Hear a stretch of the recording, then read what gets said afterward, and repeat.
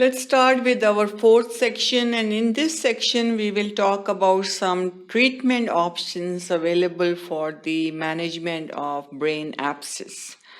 And in the treatment options, we will talk about the optimal therapy, empirical, and some medical therapy, prophylactic, anticonvulsant, and intravenous dexamethasone therapy. Since we discussed that as a sequel of a brain abscess, seizures are common, they can develop seizures. So prophylactic therapy to control those convulsions is important. And then we will talk about the prognosis after all these treatment options. So first, the optimal therapy. We should use high-dose parenteral antibiotics, neurosurgical drainage. So that is the optimal therapy. Empirical therapy is in immunocompetent patient.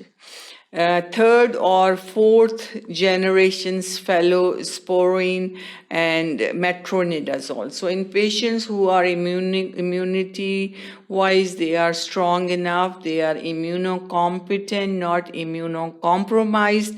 Third and fourth generation cephalosporins and metronidazole is recommended as empirical therapy.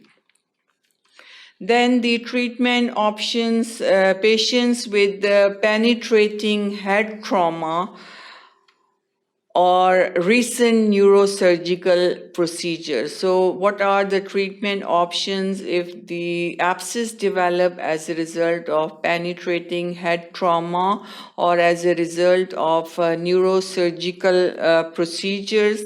We have ceftazidime as third generation cephalosporin, vancomycin for staphylococci, meropenem plus vancomycin also provide good coverage and enhance coverage of Pseudomonas species. So these are different treatment options for the cases which develop as a result of penetrating head injuries or the neurosurgical procedures.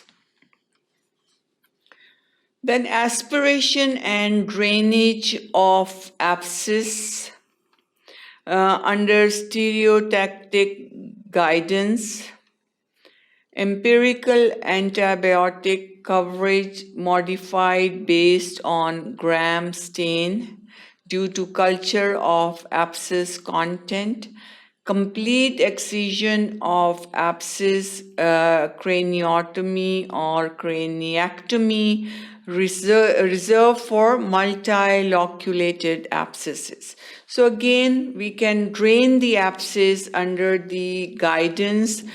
So the aspiration and drainage of abscess can be performed under some stereotactic guidance.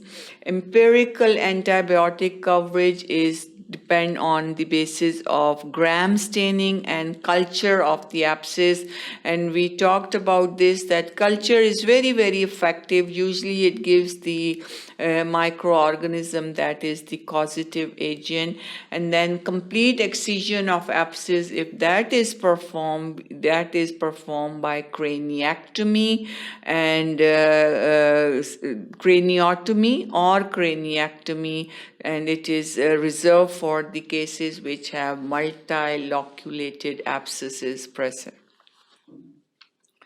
Those in which stereotactic aspiration is unsuccessful, then we move on to craniotomy and craniectomy. Medical therapy for the brain abscesses, medical therapy alone is not optimal for treatment, done only in those with neurosurgically inaccessible, Patient with small abscesses which are less than 2 to 3 centimeters, then medical therapy alone can be tried. But usually it is not recommended alone. Usually we need some surgical procedure like drainage or aspiration along with that. But in cases, in patients who are not surgically in which neurosurgically inaccessible site, if the abscesses, small abscesses, usually that can be tried medical therapy alone. Then those with non-encapsulated abscesses, the condition is cerebritis and no performance of neurosurgical procedure. So that's the only cases in which we have medical therapy recommended. Next, prophylactic anticonvulsant therapy. Convulsions or seizures can occur as a complication of brain abscess. So prophylactically, we can try anticonvulsant drug to avoid those seizures or convulsions. Surgical drainage, antibiotic therapy.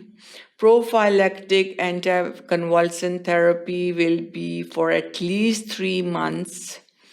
After resolution of abscess, withdrawal decision based on electroencephalogram.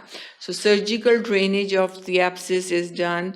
Then we can also use the antibiotic therapy. Besides that, prophylactic anticonvulsant therapy is used, and it should continue for at least 3 months after the abscess is resolved, and after that also electroencephalogram is performed to find out the condition of the brain activity, and then we can stop giving anticonvulsant drugs. EEG, electroencephalogram, if abnormal, anticonvulsant therapy is continued and it's not stopped. But if electroencephalogram is normal, then we can slowly withdraw the medicine, but we should follow the patient very closely. If there is any chance that this might have a convulsive attack again, then we should again start the anticonvulsant drug. Repeat electroencephalogram after medication is discontinued. That's very important. The prophylactic anticonvulsant therapy depends on the appearance of electroencephalogram or the changes that are present on electroencephalogram. If it's abnormal, we should not stop anticonvulsant therapy and it should be continued. If the electroencephalogram is normal, then we should slowly withdraw the anticonvulsant therapy and we should closely follow up the patient with normal electroencephalogram, and in closely following the patient after the anticonvulsant medications are stopped, we should repeat the electroencephalogram, and if the normal findings are present on EEG, then it's okay to discontinue the anticonvulsant drugs. Next, intravenous dexamethasone therapy. Glucocorticoids not given routinely. IV intravenous dexamethasone therapy, 10 milligram every 6 hours for patients only with substantial periapsis edema, associated mass effect, and increased intracranial pressure. These are the patients in which intravenous dexamethasone therapy is effective. When there is mass effect, when there is increased intracranial pressure, and if there is edema around the abscess, dexamethasone is effective. Dexamethasone tapered rapidly to avoid delaying abscess encapsulation. Treatment, again, we have serial MRI or CT scans are performed on monthly or twice monthly basis to document resolution of abscess. So we should follow up the patient with the tests like CT and MRI. More frequent studies weekly, which are performed in patients receiving antibiotic therapy alone without any surgical interventions. Small amount of enhancement may remain for months after abscess successfully treated. Prognosis, what's the prognosis of the brain abscess? The mortality rate is declined or decreased in parallel with development of enhanced neuroimaging technique, improve neurosurgical procedure, and improve antibiotics available for the treatment. Prognosis is better, mortality rate is decreased with advancement in the diagnostic procedures and the treatment options available. In modern series, mortality rate is less than 15%. Significant sequel or complications include seizures, persisting weakness, aphasia, or mental impairment in more than 20% of survivors. That concludes our section 4. Thank you for watching sqadia.com.